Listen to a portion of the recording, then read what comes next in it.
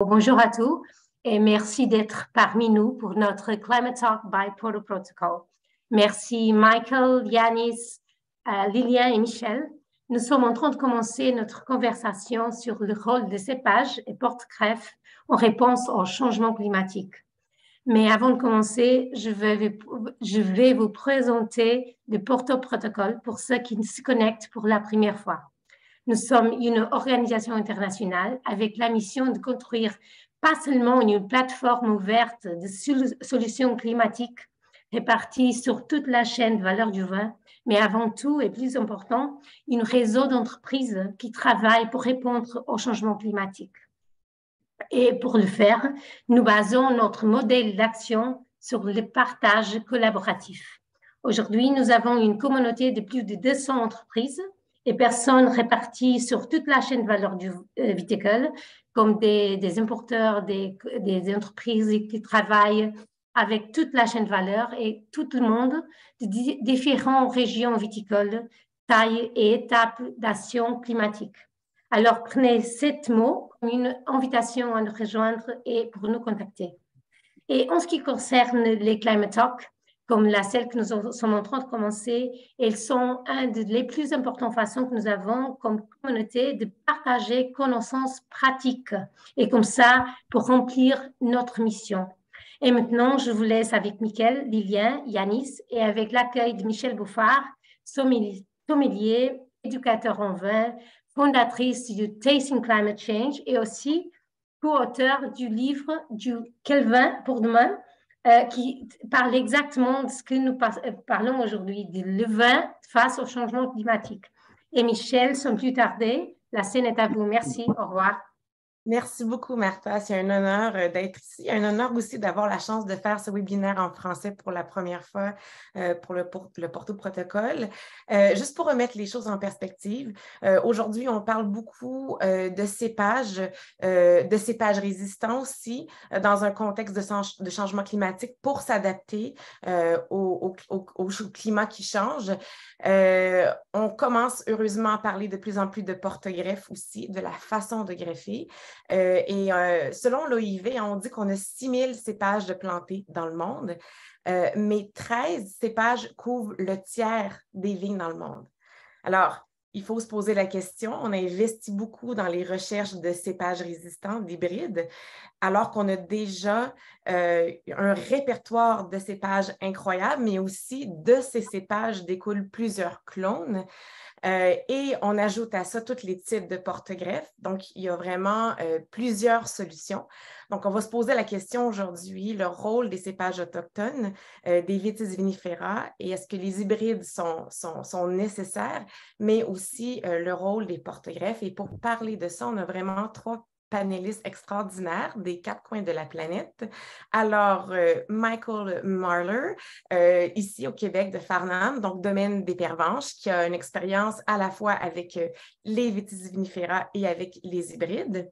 On a Yanis Pareskevopoulos, qui nous fait rêver avec sa photo. Donc, il est situé en Grèce. Il y a des vignes à la fois à Santorin, il travaille à Santorin, et aussi dans la région de Néméa, donc à la fois avec des cépages autochtones, mais aussi avec des cépages internationaux. Et Lilian Bérillon, de la pépinière la pépinière Bérillon, qui porte ton nom, donc dans la région du Rhône, mais qui travaille avec des producteurs partout en Europe et qui fait aussi du conseil dans des régions où on ne peut pas toujours importer les plants, mais il peut se rendre sur place et faire du conseil. Alors, merci à vous tous. Michael, je vais commencer directement avec toi. Parce que ici au Québec, dans un climat qui fait très froid l'hiver, on a eu l'habitude de planter des hybrides qui étaient justement résistants au froid, qui pouvaient passer l'hiver. Avec l'arrivée des géotextiles, on a eu plus de gens qui se sont penchés sur les vinifera, donc qui ont planté des vinifera parce qu'on avait justement ces géotextiles pour protéger. Ce qui est intéressant de constater, c'est qu'avec les changements climatiques, on a quand même de plus en plus en tout cas de ce qu'on me dit, de maladies fongiques, des problèmes de mildiou. On en a eu en 2021. Donc, la première question pour toi, est-ce que je sais que même si tu as surtout des vinifera chez toi, tu as quand même encore un petit peu d'hybride, tu as du céval. Oui. Est-ce que tu as vu, par exemple, en 2021, une différence entre la résistance aux maladies entre les hybrides et vinifera? Ben, ça, c'est une grande question et je pense que quand on parle de maladie, on vient toujours au milieu, donc Plasmapora viticola. Donc, on peut parler de ça, mais je pense aussi, tu m'avais demandé la question au départ, est-ce qu'avec le chaos climatique, tu vois de grandes différences d'adaptation entre les hybrides et les vinifera? Puis donc, ce que j'ai réfléchi, c'est que il y a plusieurs facteurs là-dedans, dans le chaos climatique. Puis il y avait le froid d'hiver, évidemment, qu'on a parlé, qui est vraiment quelque chose de très spécifique de chez nous. Et sur ce plan-là, je vois que l'adaptation des hybrides résistants au froid souffre quand même avec le froid. Donc, c'est vraiment quelque chose qui est au Québec. Et avec les vinifera sous toile, on est moins affecté par les froids d'hiver. L'année dernière, l'hiver 21-22, on a eu moins 37 à moins 38. Et donc, évidemment, les hybrides, ils ont pas eu une très bonne production l'été passé comparé aux vinifera. Fait qu'on parle de froid. Oui, de ce côté-là, les hybrides ont eu un peu plus de misère, mais ça, c'est vraiment à cause de nos pratiques. Il y a les gels printaniers et les gels automnales. Et je pense que tous les cépages sont pareil dans le même panier, donc on n'a pas à discuter de ça. Et il y avait les longues périodes de pluie et les longues périodes de chaud qu'on voit avec les changements, avec le jet stream qui fait un peu en sorte que quand il fait gris, il fait gris longtemps, et quand il fait chaud et sec, il fait chaud et sec plus longtemps. On a deux enjeux là. Je pense que au niveau du chaud et sec, je peux laisser à d'autres terroirs du monde parler beaucoup plus de ça. Chez nous, oui, quand il fait pluvieux, on a du milieu et on se concentre beaucoup à parler du milieu. Donc, pour répondre très clairement à ta question, oui, les hybrides sont plus résistants au milieu. OK. Mais moi, j'ai quand même eu la chance d'aller visiter ton vignoble à quelques reprises. Oui. Et je me souviens que j'avais quand même fait le tour de plusieurs vignobles au Québec l'été passé. Et même ceux qui avaient des hybrides avaient quand même eu beaucoup de mildiou. Ils avaient fait beaucoup de passages avec du cuivre. Et quand je suis arrivée chez toi, ce qui m'a vraiment étonnée, c'est que tu avais, je me souviens particulièrement sur ton chardonnay, c'était absolument magnifique. Tu n'avais pas beaucoup de mildiou. Donc,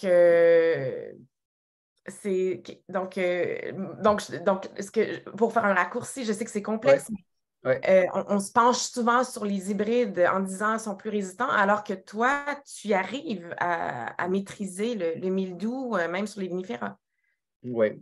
Je dirais que, juste pour, comme on ne peut pas prendre de raccourci, mais on peut y aller assez vite. On pourrait discuter longuement un cépage fait ci, un cépage fait ça, lui est résistant au milieu, Mais avec le temps, ce qui se passe, c'est que je vais aller un peu plus loin dans ce que j'avais préparé, c'est que ce qu'on voit avec les hybrides parfois, c'est que, en fait, la résistance diminue avec le temps. Et donc, des cépages qui avaient été résistants au milieu il y a 20 ans ici, on commence à voir sur des années un peu plus difficiles que, oui, il commence à avoir du milieu sur des cépages qui sont résistants. Donc, on voit une perte de résistance. Puis, l'affaire qu'on ne sait pas aussi, c'est qu'avec, il y a des experts plus développés que moi là-dessus, mais je pense que quand on cherche à diminuer ou augmenter la résistance de milieu en croisant des plantes, parfois on va perdre des autres qualités génétiques qui ne vont pas venir avec le cépage, puis on ne va pas voir que ça que plus tard. Et le troisième point, c'est que est-ce que ça vaut comment est-ce que je pourrais dire? Si on a cette discussion aujourd'hui, c'est probablement parce qu'on peut tous avouer que l'agriculture est malade. Et donc, si on continue à planter des hybrides avec une spécificité pour essayer de corriger une spécificité, je pense que on va peut-être gagner du temps, mais est-ce qu'on règle le problème avec... et je ne suis pas du tout contre les hybrides parce que je suis complètement pour la biodiversité et plus de cépages. C'est parfait, mais je ne veux juste pas dire que oui, ils sont plus résistants au milieu, que sont résistants à tout, puis tu es plus heureux à cultiver ça que d'autres cépages. je pense que ça revient à l'agriculture. Ça, c'est un très gros sujet, quoi, de rentrer dans la qualité de l'agriculture et qu'est-ce qu'on peut faire en regardant un peu différemment l'agriculture, un peu différemment que comment on l'a appris, pour mieux comprendre comment et d'où viennent les maladies. Donc, au lieu on pourrait dire d'une certaine manière que planter un hybride, c'est traiter le symptôme, tandis qu'on n'est pas en train de régler le problème. Et si on a cette discussion ici aujourd'hui et toutes les autres discussions qu'on a de plus en plus souvent sur ce qui se passe, c'est que si on veut le simplifier, ça revient au carbone. Il y en a trop dans l'atmosphère, il n'y en a pas assez dans les sols. Si on se concentre à en mettre plus dans le sol, ça va augmenter la qualité du microbiome. Et je pense que les connaissances qu'on voit aussi aujourd'hui, c'est qu'il y a beaucoup de références et de militants qui sont là avec de la science derrière et des expériences derrière qui démontrent que la maladie, c'est un problème nutritif. Et donc, oui, il peut y avoir la maladie, mais comment est-ce qu'on fait pour que la maladie ne devienne pas quelque chose de grave ou qu'au niveau de détection du quorum et tout ça, qu'on peut envoyer le microbiome sur le positif et pas sur le négatif. Je vois en fait les deux, Lilian et Yanis, qui font beaucoup ça. Est-ce que vous pouvez y aller, hein? Vous pouvez s'il te plaît. Ouais. Oui, enfin, si je peux me permettre, dans l'énoncé de la réunion, on a abordé la diversité génétique et malheureusement, la place des cépages secondaires, alors on les appellera comme on voudra, elle est faible. Hein. Je vais parler, puisque je suis quand même producteur de plants, j'étais président du plus gros syndicat en France de production. La France, par exemple, en 2022, a produit 230 millions de plants. Et sur ces 230 millions de plants, 10 cépages, seulement 10 cépages représentent 70% de l'encépagement. Et tu as abordé, Michel, les clones. Il faut quand même savoir que les clones, sur ces 10 cépages principaux, c'est pas vrai, il y a très peu de diversité génétique avec les clones. Donc, en fait, on a une érosion intravariétale et intervariétale. Et si bien que, voilà, il faut réagir. Alors, on peut passer par les hybrides ou les variétés résistantes. Nous, on a fait le choix pour une viticulture, nous, on a fait le choix dans ma pépinière de cibler une viticulture et un type de vin. Moi, je suis pour la défense des grands vins de terroir. Je trouve que c'est un combat qu'il faut mener pour faire en sorte que demain, les grands vins de terroir puissent être toujours servis sur les grandes tables. Donc, on a choisi la diversité génétique en faisant des sélections massales. Et là, on a pu retrouver des variétés historiques. On a eu la chance d'aller sélectionner cette année, commencer modestement un travail sur la Certico et découvrir ces paysages et cette viticulture merveilleuse. On a la chance, en effet, de pouvoir visiter de nombreux vignobles. Et en fait, un sujet qu'il faudra aborder tout au long de la réunion, c'est la viticulture. Parce que si le vigneron qui vient de parler avec passion de son travail, ou si toi, tu as observé que son vignoble résistait mieux que soit un vitis vinifera que d'autres, parce que c'est un travail de viticulture.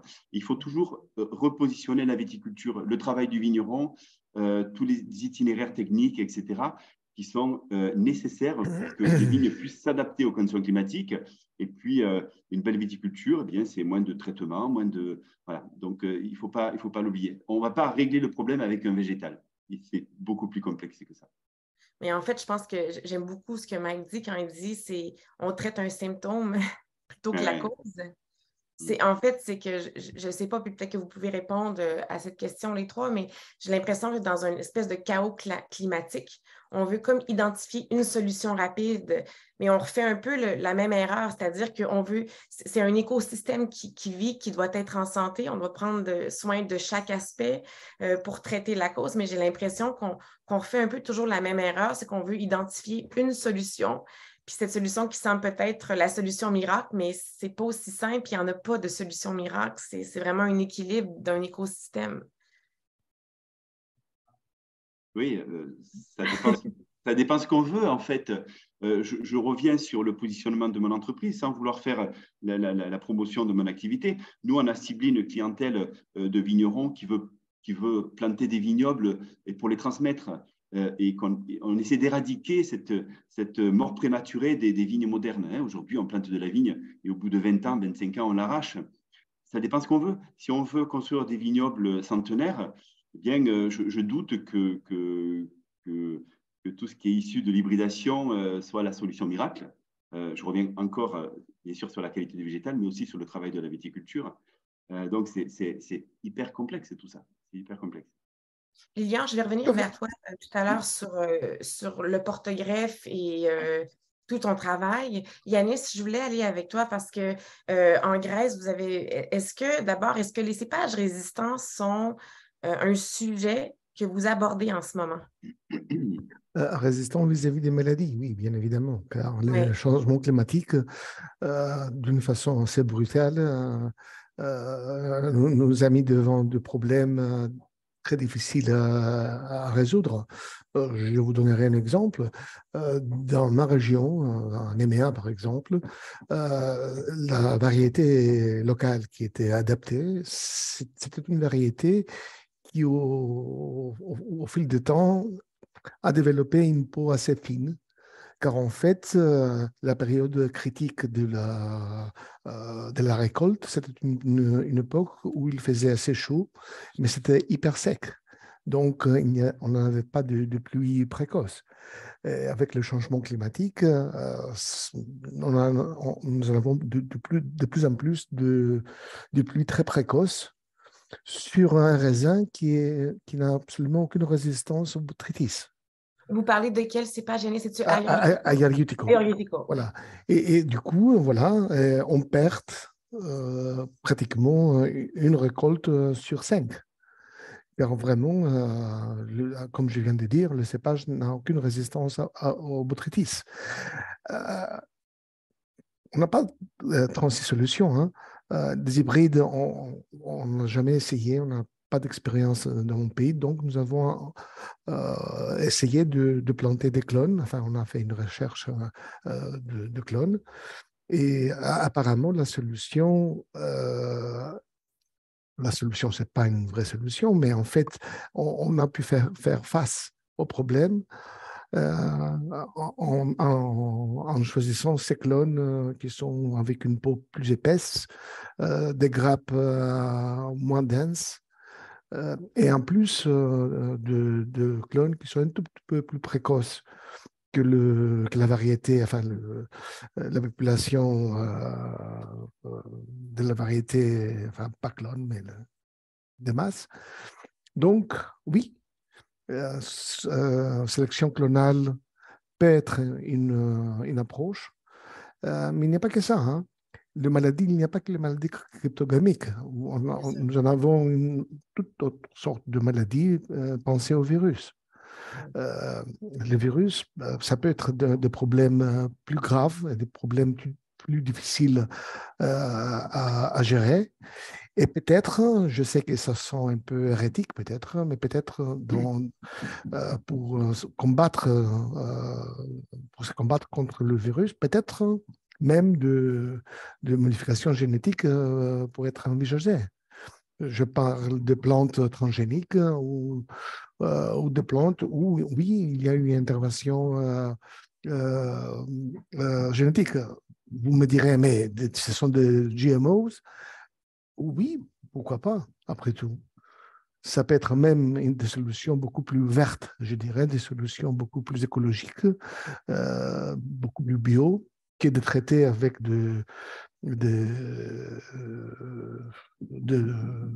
comment dirais-je, je perds mon français, je vous demande pardon, traiter avec des agents contre, par exemple, les insectes qui sont des vecteurs de virus. Donc, oui, on est en face d'une tout à fait d'une nouvelle viticulture, je dirais, qu'on va faire face. Yanis, il y a beaucoup de gens, par exemple, si je regarde en Australie, mes amis australiens, par exemple, dans la région de McLaren Vale, je sais qu'il y a beaucoup de gens qui qui importent des plants de l'Italie, de l'Espagne, mais aussi beaucoup de la Grèce parce que des cépages comme les Certico ont l'impression qu'ils sont plus adaptés à la sécheresse et au manque d'eau. Vous travaillez à la fois à Santorin et à Nemea. Donc, vous travaillez à Santorin avec des cépages comme la Certico, mais je sais qu'à Nemea, vous avez l'Aioritico, mais aussi avec des cépages internationaux. Et il faut être très prudent avec ça. En Grèce, Michel, Oui. les cépages internationaux, c'est une chose marginale. Il y a très peu de Grecs qui ont planté de variétés internationaux. C'était plutôt au nord du pays, ou au nord de la Grèce, on n'en a pas tellement d'appellations d'origine. Les appellations d'origine qui sont basées sur des variétés autochtones, ce sont dans le sud du pays. Donc au nord, oui, ils ont planté des variétés internationaux, mais même dans ces cas-là, ça reste une chose assez marginale. Évidemment, les gens qui ont planté ont fait le choix de planter du chardonnay. Bon, il ne se porte pas très bien à cet instant. D'autres qui ont choisi de planter la syrah, oui, ça va un peu mieux, c'est certes. Mais les Grecs, pour des raisons, je dirais même historiques, ont sauvegardé leur patrimoine et 95% du pays, c'est des variétés locaux. En effet, et à Sirtico, c'est un cas à part. À Sirtico, c'est la seule variété qui a commencé à voyager, pardon.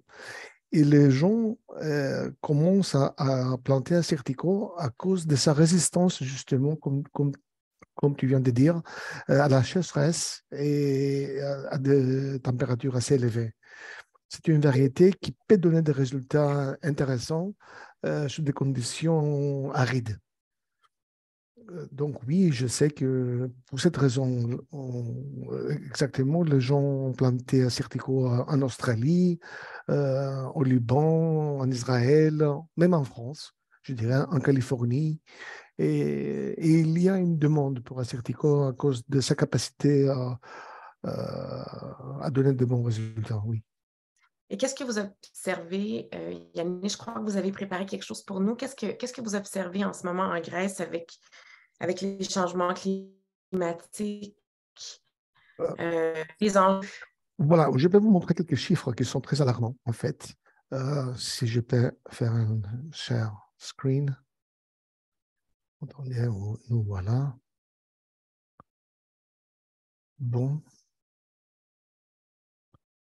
Voilà, ce sont des données sur Santorin, si vous voulez bien. Santorin est au sud, mais pas tellement au sud. C'est pas, la latitude n'est pas tellement différente de celle de Napa, mais évidemment, ça ne signifie pas que le climat est le même. Et si on voit le changement climatique dans le grand 5 ans qui vient de passer, on voit qu'il y a une hausse de température absolument effrayante. Une différence là c'est un peu plus de 2 degrés. Et pour les insectes, pour le microbe du sol, c'est pratiquement, si on l'amenait à une autre planète. Et sur le plan vigne, on voit que tous les indices nous montrent qu'on entre dans une région assez chaude pour pouvoir maintenir la viticulture. Ça, c'est le cas avec les GST, c'est exactement la même chose avec les GDD. Et l'indice Huglin, pareil. Tous les chiffres nous montrent qu'on entre dans une région hyper difficile pour maintenir la viticulture. Mais en fait, quand on parle de changement climatique, ce n'est pas uniquement une histoire de température, hein. C'est également les précipitations, les pluies. Et ce que nous avons vu à Santorin, c'est hyper alarmant. C'est exactement une chute, si vous voulez, des précipitations annuaires. Mais encore plus alarmant, c'est la répartition dans l'année. Vous voyez, au début du siècle, 28% de précipitations tombaient pendant la période entre avril et octobre. Et ça, c'était très important car c'était exactement le moment où la plante avait besoin de l'eau. Et il faut dire qu'à Santorin, on a un sol très poreux qui fait que les pluies qui tombent pendant l'hiver ne peut pas être retenues. L'eau est perdue. Donc, pour nous, pour la survie du vignoble, c'est très essentiel d'avoir des précipitations euh, au printemps. Aujourd'hui, vous voyez vers la droite de l'image, le 28% est devenu 6%. Donc, c'est uniquement une toute petite fraction des pluies qui tombent qui arrive sur nous au printemps. Et pendant le reste de l'année, évidemment, la vigne souffre énormément de la sécheresse. Malgré ces données très néfastes, Assyrtiko arrive encore pour le moment de donner des résultats, je dirais, pas mauvais. Mais il y a des limites. Hein. Je ne pense pas qu'on va continuer à pouvoir soutenir ce qu'on fait maintenant si la tendance ne change pas. Et ça, on le voit très clairement. Si vous voyez, ça, c'est le changement du pH de vin, qui est très, très alarmant. Le caractère de nos vins est basé à un pH très bas, inférieur à 3. Et comme on voit, à cause du changement climatique, le pH moyen a une tendance à grimper. Et quand il va dépasser le 3, je pense qu'on aura des vins qui auront un profil très différent. Donc oui, on ne sait pas trop. Vous, Mike, au nord, peut-être vous pensez, vous avez l'espoir que dans l'avenir, vous serez à une position très agréable pour planter Vitis vinifera, même des cépages comme Pinot Noir et avoir de bonnes récoltes. Et nous, par contre, je pense que dans l'avenir, par région, on pensera à planter plutôt de blue agave pour faire de tequila et de vigne pour faire du vin. Je ne suis pas très optimiste. Non, est-ce que vous, en fait, c'était une de mes questions que j'avais pour vous, Yanis, c'est que quand vous montrez les indices climatiques, bon, bien sûr, on voit clairement que le pH monte, mais quand on monte les indices climatiques, si je prends par exemple la Bourgogne, puis qu'on ferait la même chose et qu'on montrait où le pinot noir peut s'épanouir, selon ces échelles climatiques, déjà la Bourgogne, en théorie, pourrait déjà plus produire de pinot noir, alors qu'ils le font, puis on a encore de très beaux pinots noirs malgré les tendances qui continuent à monter. Donc, est-ce que ces indices-là n'ont pas oublié que la vigne est quand même plus résiliente et qu'elle s'adapte plus qu'on le pense si on lui donne les outils? Mais je ne sais pas, Michel, est-ce que vous êtes au courant avec le protocole, l'expérience FACE? Oui, FACE, j'ai bien lu là-dessus une expérience qui a été faite pour les gens qui ne le savent pas à Geisenheim. Gazenheim, justement, oui, Oui, voilà. ouais, ils ont mis des vignes dans un endroit avec un taux de CO2 très élevé pour voir comment la vigne réagit. C'est Voilà, une c'est des ça. choses qui observe. En fait, ils ont simulé les conditions de CO2 que la vigne, enfin que la région de Geisenheim va y en avoir 30 ans, d'ici 30 ans. Et le résultat, c'était très simple. Au lieu d'avoir du Riesling, ils vont y en avoir que du Pinot Noir. Donc, on est déjà au 50e parallèle, je pense 54 parallèles. Et le Riesling aura du mal à pousser dans cette région. Pensez à nous, on est au 37e parallèle, beaucoup plus au sud. Il va falloir vraiment faire une recherche assez poussée avec la sélection clonale et pas que ça, même des techniques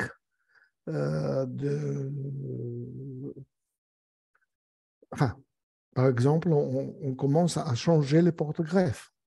Jusqu'à maintenant, on utilisait le 110 AR et le SO4. Et on voit que ce choix peut être un mauvais choix pour faire face à la sécheresse. Et on commence à utiliser le 140 Ruggieri, qui semble réagir mieux.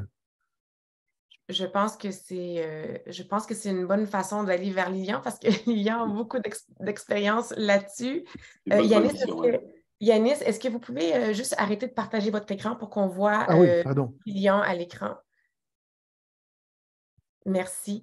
Donc, Lilian, je vois que tu te mords la langue parce que tu as beaucoup de choses à dire là-dessus. Je pense que Lilian, tu vas donner peut-être un discours peut-être plus optimiste dans ce sens où on parlait de symptômes, qu'on essaie de traiter un symptôme plutôt que la cause. Et toi, tu es pépiniériste, donc tout part du plan. Donc, est-ce que tu peux nous partager des trucs, des choses assez pratiques dans un contexte de changement climatique? Comment ton travail, comment les étapes qui partent vraiment du début peuvent outiller des gens comme Yanis, des gens comme Mike dans ce qu'ils font? Alors déjà, je dirais que bon, l'objectif est l'objectif, c'est pérennité, hein, c'est de pouvoir planter de la vigne qui va cohabiter avec les difficiles conditions. Et je reconnais que les conditions en Grèce sont difficiles. Et dans le sud de l'Europe, c'est très compliqué. Ceci dit, je pense qu'il y a des leviers. Il y a des leviers et moi, je ne suis pas pour délocaliser les cépages. Je peux le faire, bien sûr, mais je suis pour, je reviens toujours sur réfléchir sur sa viticulture. Déjà, partir avec un végétal de qualité.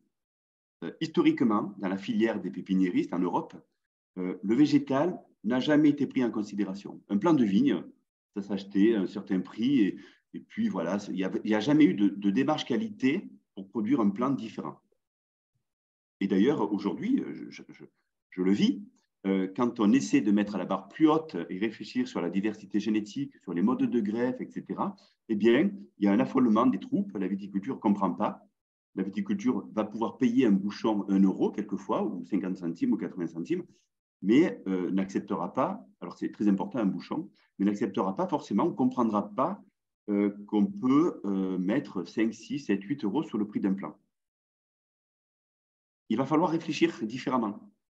Si on veut que le plan puisse s'installer durablement, eh bien, il va falloir que ce plan ait des réserves. Il va falloir travailler sur la qualité du porte-greffe, sur la qualité du cépage, que ce soit une sélection massale, que ce soit un clone ou une variété résistante.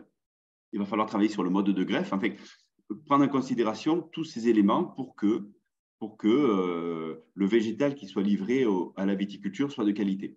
Donc, ça, c'est un sujet important.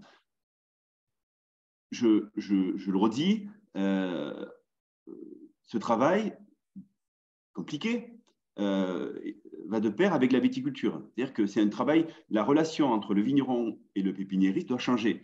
C'est évident que si le Saint-Districhter ou le SE4 en Grèce souffre de la sécheresse, en effet, il faut passer sur des 140 Ruggieri, des Paulsen, tout au moins avoir une relation étroite vigneron-fournisseur pour livrer le végétal le plus adapté. Voilà, ça c'est pour moi, c'est le basique. Après, on peut rentrer en profondeur. Michel, on a déjà abordé le cas des porte-greffes. Le porte-greffe, c'est un sacré sujet. C'est un sacré sujet. Je suis issu, j'aime bien parler comme ça, de la paysannerie. C'est-à-dire que mes parents sont des paysans, mes grands-parents sont des paysans. J'ai eu la chance de travailler dans les terres, je le fais encore, et de baigner dans ce milieu de la pépinière viticole. J'ai 50 ans. Quand j'étais jeune, le matériel végétal qu'on utilisait n'était pas cloné. Hein. Quand on parle des porte-greffes, on parlait à l'époque d'une catégorie élite. Alors, ce n'était pas une sélection massale, c'était une population de porte-greffes d'une même variété et qui faisait le bonheur des pépiniéristes, puisque à l'époque, il n'y avait pas de dépérissement. Et cette catégorie de porte-greffes a été multipliée jusque dans les années 80, tout début 90. ça a été remplacé par les clones. La recherche, etc., a voulu, nos administratifs, pour des raisons sanitaires également, que les pépiniéristes multiplient des clones. Et depuis les années 90, on a cloné tous les porte-greffes. Et depuis les années 90, on a des gros problèmes de dépérissement. Aujourd'hui, pour être producteur de porte-greffes, une des particularités de ma pépinière, c'est que je produis toute ma matière première. Aujourd'hui, on a des problèmes de dépérissement parce que le clonage sur les Vitis vinifera date des années 70, sur les porte-greffes date des années 80. Les conditions climatiques ne sont plus les mêmes. Et aujourd'hui, on arrive à un épuisement de ce matériel qui est incapable de s'adapter aux nouvelles conditions climatiques. Alors, on peut se poser la question, alors pourquoi ne pas refaire des sélections massales des porte-greffes? Pourquoi ne pas aller sélectionner dans les vieilles vignes? On en voit des vieux rogers, des vieux américains, on appelle ça des vieux américains, et repartir avec ce matériel-là. C'est très complexe pour avoir la chance de discuter avec des scientifiques connus et reconnus comme Jean-Michel Boursicot, par exemple. Relancer des porte-greffes, c'est très long. C'est très, très long. Il ne faut pas être pressé parce qu'on s'aventure, on va sur un terrain qui est très, très, très dangereux. On a quelquefois des mauvaises surprises. Donc, voilà, un projet que j'avais en tête de vouloir créer des sélections massales de porte-greffes. Aujourd'hui, je me calme, je me tempère parce que, voilà, parce que pour sortir des nouveaux porte-greffes, c'est des travaux qui vont durer 15 ou 20 ans. Et est-ce que ce n'est pas illégal, non? Ce n'est pas encore permis dans les arts. En plus, bien évidemment, nous, on travaille dans un cadre réglementaire et on est pour la légalité, bien évidemment. Oui, aujourd'hui, 100% du matériel qui est livré au niveau des porte-greffes est cloné. Hein, on ne peut pas faire ce genre de travail, d'aller resélectionner des vieux porte-greffes dans le vignoble, c'est interdit. Hein, et c'est normal que ce soit interdit, je dirais, pour des raisons sanitaires. Mais donc voilà, donc la solution miracle, elle n'existe pas. Je crois que c'est vraiment un travail, une collaboration étroite qu'il doit y avoir entre le vigneron et son fournisseur de plants. Il faut des plants vigoureux, de belle qualité. Peut-être qu'il faut travailler aussi selon les conditions sur des longueurs de porte-greffes différentes, des calibrages de porte-greffes différents pour vraiment livrer un végétal de qualité. Un plant chétif, aujourd'hui, il ne passe pas le cap. Et Lilian, je vais aller à main carrément parce que je vois le temps qui passe, mais est-ce que tu peux nous dire un peu tes pratiques pour que justement ce plant ne soit pas chétif? Alors, nous, déjà, une des règles, c'est que je crois qu'on fait partie de la seule pépinière qui existe en Europe où on a tout notre matériel de production. Nos vignobles de porte-greffes, vignobles de greffons, en sachant que nos greffons sont issus exclusivement de sélection massale. C'est-à-dire qu'on produit 2,5 millions de plants et on ne multiplie pas de clones. Pas que je sois contre les clones, mais je préfère la diversité génétique. Je pense qu'elle donne des vins d'une qualité différente. Et puis, en termes de résistance, on a quand même des retours de vignerons qui nous disent que voilà, quand il y a des attaques de mildiou, il y a quelques individus qui attrapent le mildiou, d'autres ont de meilleures résistances. On est très loin du schéma de l'hybridation. On est très, très loin de ça. Donc déjà, à la base, on soigne la matière première. Mais pour la soigner, il faut la produire. Donc, on fait un gros travail de sélection sur les variétés, sur les cépages, et sur les porte-greffes, on produit nos porte-greffes. On les a palissés pour limiter la chimie, pour vraiment avoir une belle qualité de production. Mais je le redis, on est sur des clones. Ensuite, les techniques de production, je vais prendre les principales, la qualité de la greffe. Si on veut que le plant soit beau et si on veut que le porte-greffe fasse exprimer toute la qualité, toute la richesse du terroir, il faut que le point de greffe soit le plus beau possible pour que la sève circule bien entre le greffon et le porte-greffe. Et nous avons choisi un très vieux mode de greffe qui a bientôt 100 ans, qui est le greffage enfant à l'anglaise versus un modèle beaucoup plus industriel qui est le greffage à l'oméga, qui est une greffe voilà, à court-termiste, c'est-à-dire que ce sont des greffes qui permettent d'avoir des plants qui vont vivre 20, 25, 30 ans maximum. C'est une greffe qui est moderne, mais qui n'est pas du tout réservée à une qualité de végétal comme on l'entend. Et puis ensuite, il y a des techniques de production, bien sûr, limiter la chimie, travailler sur des diamètres de porte-greffes, pour que le plant puisse avoir le maximum de réserves et que quand il est livré au vigneron, eh bien, ce plant soit armé pour résister aux problématiques de climat. Mais on a beau livrer une Rolls-Royce, hein, si on ne sait pas la conduire, ça ne marchera pas. Il faut aussi que les sols soient prêts. Et là, je suis extrêmement critique avec la viticulture moderne. Hein. Aujourd'hui, on a perdu un peu de savoir-faire, de bon sens agricole, et on a aussi peut-être quelquefois un peu trop de consultants qui viennent donner une recette miracle, mais qui peut-être ne fonctionne pas. C'est l'agriculture, c'est assez simple. Il faut travailler les sols en profondeur. Il y a des outils aujourd'hui qui nous permettent de faire des beaux travaux sans excusez-moi le terme, mais il y a rien d'autre qui me vient à l'esprit, sans exploser toutes les zones. Voilà, tu parles avant de planter, hein, Lilian? Là, tu parles... Avant de planter, oui, avant de planter, je pense qu'il faut vraiment que le terreau soit prêt. Il faut que les sols soient prêts. Il ne faut pas se tromper du choix de porte-greffe. Hein? Aujourd'hui, si on veut construire un vignoble durable, il faut réfléchir sur ses densités, sur le choix des porte-greffes, sur ses densités, les périodes de plantation. C'est très important, la période de plantation, mais la période de plantation va dépendre également du choix de porte-greffe. Donc, c'est toute une réflexion qu'il faut avoir. C'est assez complexe, hein. C'est simple, mais assez complexe aussi à la fois, pour ne pas se tromper. Aujourd'hui, on n'a plus le droit à l'erreur. Et puis, peut-être que y a des zones où la viticulture devient très difficile. Alors, j'ai espoir, pour avoir visité un petit peu la Grèce, que la Grèce continuera à produire des grands vins, et je pense qu'elle est armée pour ça, mais en effet, il y a des endroits où ça devient un petit peu complexe. Et je pense qu'il faut investir sur un végétal de qualité, mais aussi il faut revoir sa viticulture. Il y a des leviers avant de vouloir changer l'encépagement. Merci Lilian. Je voulais revenir à toi, Mike, pour creuser un petit peu plus. Ce que tu nous as dit, ben, il faut traiter la cause plutôt que le symptôme. Je sais que tout ça, c'est complexe et on pourrait en parler pendant des semaines et des mois. Mais est-ce que peut-être tu peux échanger avec nous comment justement tu t'es attaqué plus à la cause que le symptôme? OK. Ben, je pense que ça, comme Lilian dit, c'est assez simple parfois, même si c'est complexe.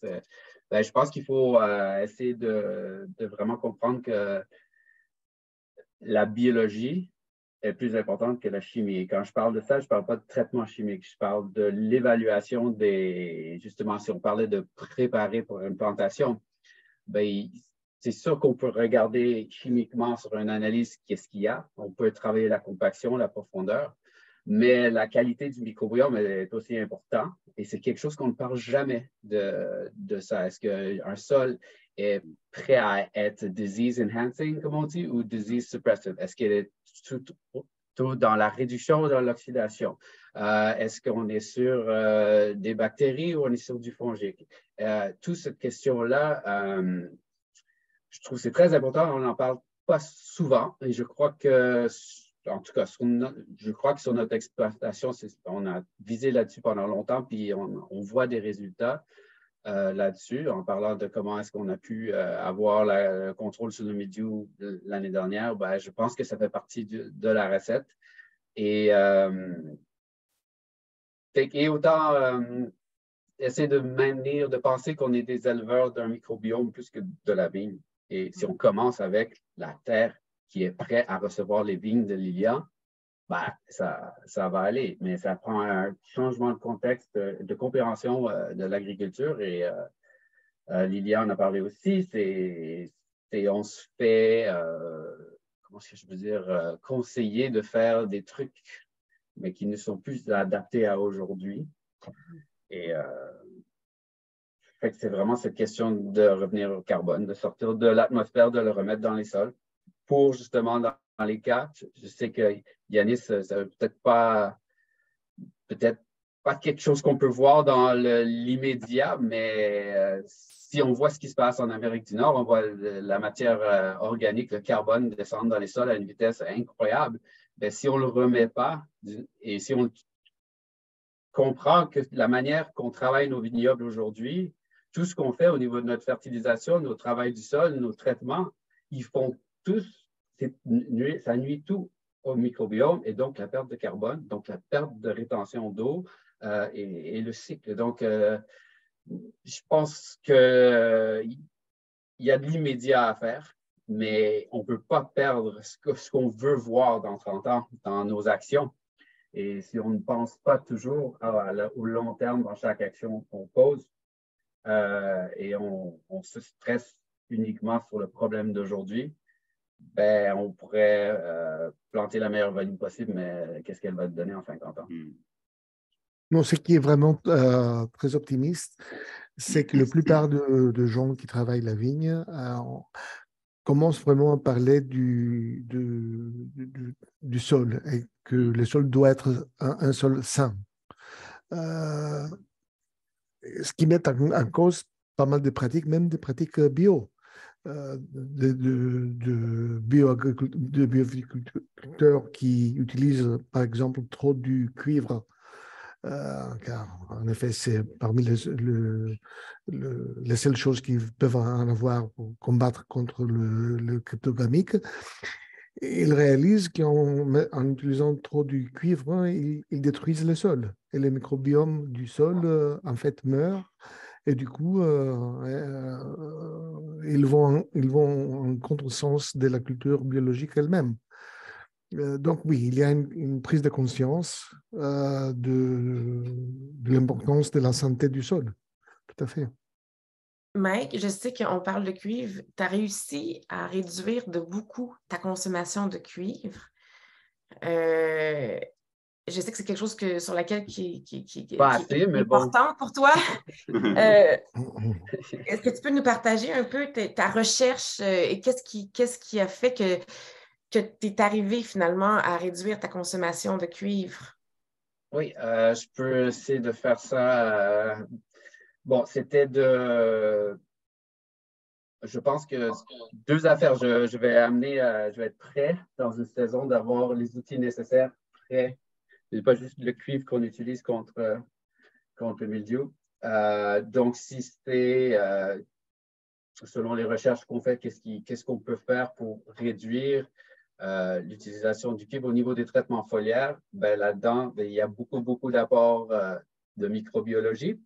Il y a des techniques d'essayer d'arrêter le mildiou pour arrêter des cycles au lieu de juste mettre du cuivre pour protéger, penser qu'on va juste protéger parce que ça marche pas. Je pense qu'une fois qu'on est dans un cycle de mildiou, là, tu peux appliquer du cuivre, c'est juste, tu atténues un peu l'affaire, mais il faut trouver une manière de le casser et de redonner de la vie aux plantes. Mais je pense que plus important que le traitement foliaire, c'est vraiment comment est-ce qu'on peut arrêter le mildiou de, en fait, sporuler. Ben, elle va toujours sporuler, c'est sûr. Mais comment est-ce qu'on peut minimiser les premières infections? Et donc, c'est des enherbements sur le 100% du vignoble pour arrêter que les pluies et leurs actions physiques sur le mildiou soient atténuées. Donc, il essaie d'avoir une couverture végétale au début juin quand les pluies vont être celui qui vont faire que les spores de mildiou dans le sol vont sporuler et donc se projeter sur la vigne. Si on a une couverture au sol, on a plusieurs affaires qui se passent là, mais si on veut vraiment être juste sur le pratico-pratique, c'est bon, la goutte d'eau ne va pas se lâcher sur la vigne et entraîner les premières infections ou au moins les diminuer. Fait qu'on essaie de réduire le traitement les premiers traitements en fonction de ces. Puis j'essaie vraiment de comprendre quand est-ce qu'il va y avoir sporulation au sol et est-ce qu'on est capable de le maintenir au sol. Est-ce qu'elle a vraiment bougé? Donc, c'est retardé au maximum. Dans le temps, je pense qu'on allait, on a peur, on va sortir, on va mettre un peu. On sort un peu, on met un peu. Mais au lieu de mettre un peu, on peut attendre le bon moment, vraiment comprendre le cycle de les premiers œufs d'hiver qui vont sporuler. Mais l'enherbement fait en sorte qu'on a le côté physique, mais en même temps, si on peut avoir une variété de couverture de sol pour augmenter justement tous les autres agents du microbiome là, pour essayer de jouer justement sur la détection de quorum pour amener nos sols vers des sols qui sont moins propices à la maladie. Une fois, comme l'année dernière, quand on a commencé à avoir les attaques, on a investi dans du matériel aussi. On est en pulvérisation à panneau récupérateur. Donc, ça nous permet vraiment beaucoup de... Au moins, ce qu'on va mettre sur la vigne va être beaucoup plus précis. On peut en mettre moins à l'hectare et on peut aller plus rapidement. Donc, au lieu de rater le traitement, il est fait au bon moment. Des huiles essentielles qui ont vraiment beaucoup aidé à ralentir les sporulations, ou au moins sécher les sporulations sur feuilles. Et vraiment travailler sur le pH de l'eau des traitements et la qualité d'eau des traitements pour que ce qu'on fait est efficace. On peut avoir beaucoup de pertes d'efficacité de ce qu'on met si on n'est pas conscient de l'eau qu'on utilise. Mais je ne veux pas aller dans les petites techniques de pulvérisation. On est sur un plus grand sujet, là, mais voilà. Le temps passe, il reste une dizaine de minutes. J'aimerais ça faire un tour de table pour les gens qui nous écoutent. C'est difficile parce qu'on avait 1 heure ensemble, puis chaque sujet mériterait qu'on en parle pendant des semaines. Mais peut-être pour inciter les gens à aller chercher plus loin après cette conversation, dans un contexte de changement climatique, si vous pouviez partager à tour de rôle, peut-être des conseils, soit pour quelqu'un qui a déjà un vignoble, que tout est planté, qui veut apporter des changements, ou quelqu'un qui est en train de planter et qui veut partir vers le bon chemin. Est-ce que vous pouvez donner quelques conseils que vous avez appris? Vous avez tous beaucoup d'expérience, que vous avez appris au fil du temps, mais bien sûr qu'il faut réfléchir autrement aujourd'hui parce que justement, c'est plus la même réalité. Donc, qu'est-ce qui serait utile aujourd'hui de communiquer? Si on pourrait peut-être penser à 5 points chaque. Lilian, je vais commencer avec toi. Alors, bon, moi, je dirais de partir avec un végétal de qualité, bien évidemment. Alors, je suis pour la diversité génétique plus que sur les hybrides. Je ne suis pas choqué. C'est pas un discours dans le temps, mais je ne suis pas choqué qu'on puisse mettre un peu de cuivre sur la vigne. Le cuivre a aussi quelques effets qui ne sont pas inintéressants. Je dis un peu de cuivre. Hein. Faut-il aussi derrière avoir tout un travail de viticulture, de travail du sol et tout. Je dirais de considérer l'installation d'une vigne comme une maison. Ça veut dire que si on veut transmettre une maison, eh bien, il faut investir sur ses fondations. Et la fondation d'une vigne, c'est son système racinaire. On parle beaucoup des cépages, des variétés, on parle peu des porte-greffes. Donc, il faut vraiment investir sur la qualité du système racinaire et considérer les racines d'une vigne comme une fondation. Voilà, et faire en sorte, avec des itinéraires techniques adaptés, des préparations de sol adaptées, des densités réfléchies. Il faut réformer, hein, il faut penser, il faut dire que les conditions ne sont plus les mêmes, il faut revoir sa viticulture, il faut faire en sorte que le système racinaire s'implante en profondeur. Je vais donner un exemple parce que je dois avoir à peu près 5000 chantiers derrière moi, des chantiers qui ont réussi, d'autres qui sont des véritables échecs. Et on essaie toujours de se poser la question, ce qui a fonctionné, ce qui n'a pas fonctionné. J'ai l'exemple d'une plantation dans le sud de la France, en Riparia-Gloire. Riparia-Gloire est un porte-greffe pas résistant à la sécheresse, très qualitatif. Eh bien, ce vigneron, qui lui parle depuis très longtemps de la vie des sols, donc j'ai été vraiment très sensible à ce que tu as dit, Mike, sur la vie des sols. Eh bien, ce vigneron a implanté une vigne sur du Riparia-Gloire dans des sols où, en principe, jamais ça aurait pu passer, sur des argilo-calcaires.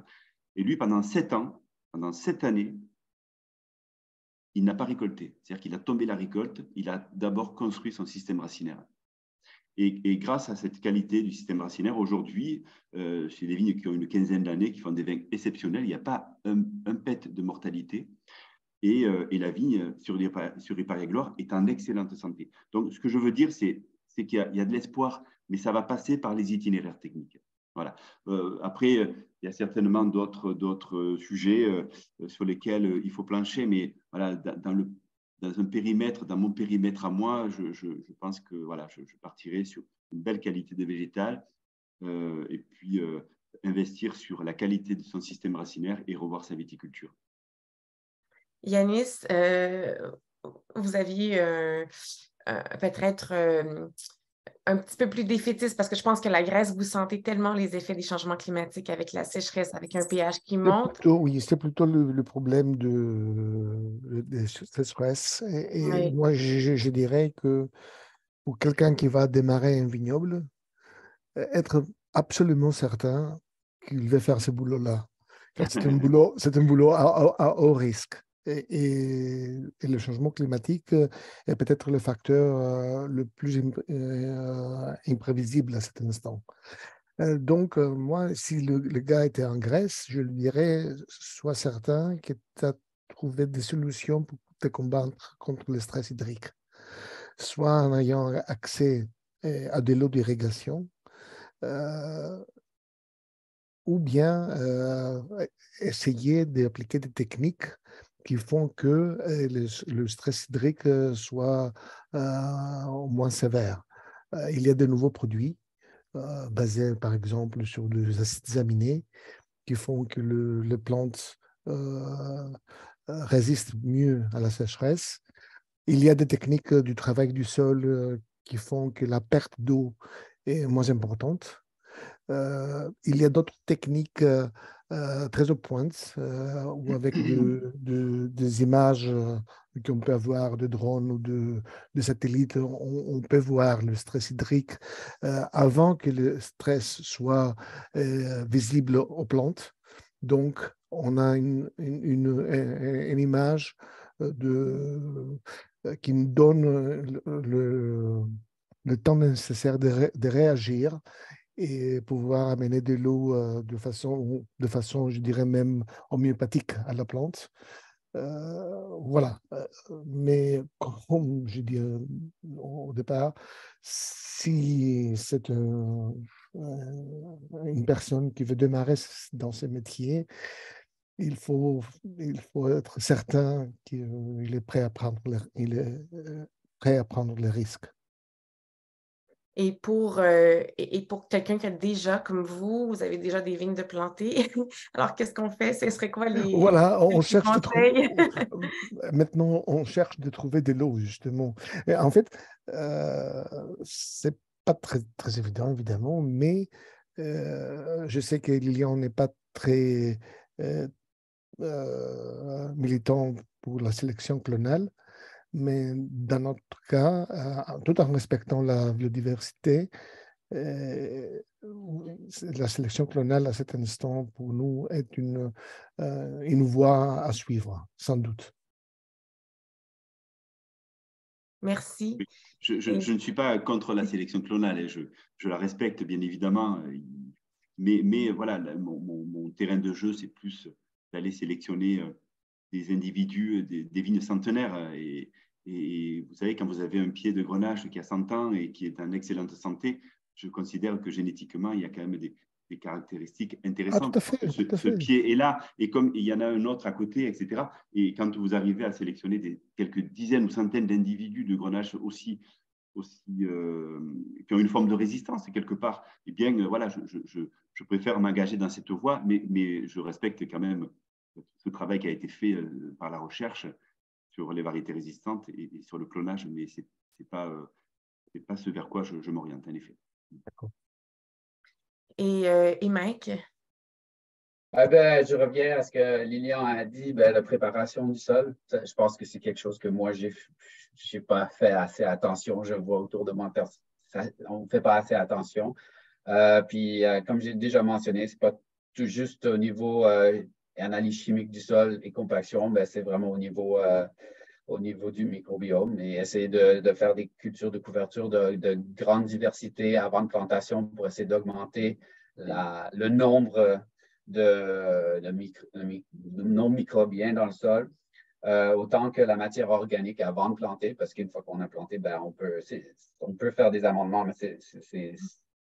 c'est pas facile. Je prendrais ici dans nos sols, je pense que c'est partout dans le monde, mais faire comprendre bien l'effet du calcium dans la fertilité. Et c'est pas juste un corrigeur de pH, que c'est un élément qui est super important puis qui n'est peut-être pas assez vu. Donc, le but de tout ça, évidemment, c'est que quand on plante la vigne de grande qualité qui est important aussi. On a eu des plantations qui sont ratées à cause de ça. On a des enracinements qui ne sont pas bien faits. On a eu des plantes où les racines remontaient au lieu d'aller vers le bas. Mais ici, ben, on a un gros problème d'avoir de la matière végétale. Fait que parfois, on se voit planter, on se dit, ben, on arrête-tu, on n'arrête pas, on plante, mais on n'a pas d'autre choix. Il faut attendre 3 ans de plus à avoir les plantes parce qu'il n'y a pas assez de plantes. Puis bon, on fait des erreurs comme ça. Je dirais, ne faites pas ces erreurs-là. Assurez que vous avez les plantes de qualité et que le sol est vraiment, vraiment à un niveau microbiologique prêt à faire des mycorhizes quand on met la vigne dedans pour qu'elle puisse s'enraciner à son maximum, ou plutôt pour aider à la sécheresse. J'ai réfléchi, Yanis, un peu, puis j'aime pas trop parler de ce que je connais pas, mais en termes de préparation pour un vignoble, si on allait replanter, est-ce qu'il y a moyen de semer des variétés de couverture qui sont natives là-bas, qui sont capables de créer du carbone dans le sol pendant 2-3 années de suite pour remonter vraiment la matière organique avant de planter, vraiment prendre le temps de réflexion avant d'aller avec des plantes qui sont résistantes à l'eau, qui sont capables de recréer un sol, un microbiome pendant plusieurs années avant de planter pour augmenter la matière organique. Le sol. C'est ça qui me vient à l'esprit en pensant à ça. Je dirais aussi comprendre que l'agriculture comme elle est n'est pas très fonctionnelle. Là. Je pense que on sait qu'il faut changer des manières de travailler l'agriculture et pas juste dans la vigne, partout. Il faut promouvoir l'arrêt de labour à outrance et de la chimie qui va détruire le microbiome. Et puis, je mettrais en cause et je questionnerais beaucoup les densités de plantation. Et que parfois, on voit ce qui s'est fait chez le voisin ou ce qui s'est fait, puis on essaie de faire la même chose, mais ce n'est pas du tout adapté pour ce qu'on va faire. Et au niveau du diminution des traitements fongiques, surtout botrytis, oïdium, la charpente de la plante, l'équilibre entre sa vigueur et son espacement, son aération, et qui va avoir une grande influence sur la qualité du vin aussi. Donc, je vois beaucoup de vignes trop serrées, trop de vigueur, trop de pousses. Et puis, je pense que ça, c'est quelque chose à remettre en cause si on va planter un vignoble. Puis là, j'avais 5 petits conseils pour si on avait dû un vignoble. Un, comprendre la trophobiose. La trophobiose, c'est l'effet de mettre un produit sur la vigne et comment elle affecte la photosynthèse et l'absorption de nutriments après. Donc, une application d'un antimildiou peut avoir un effet sur l'oïdium par après. C'est de comprendre ça.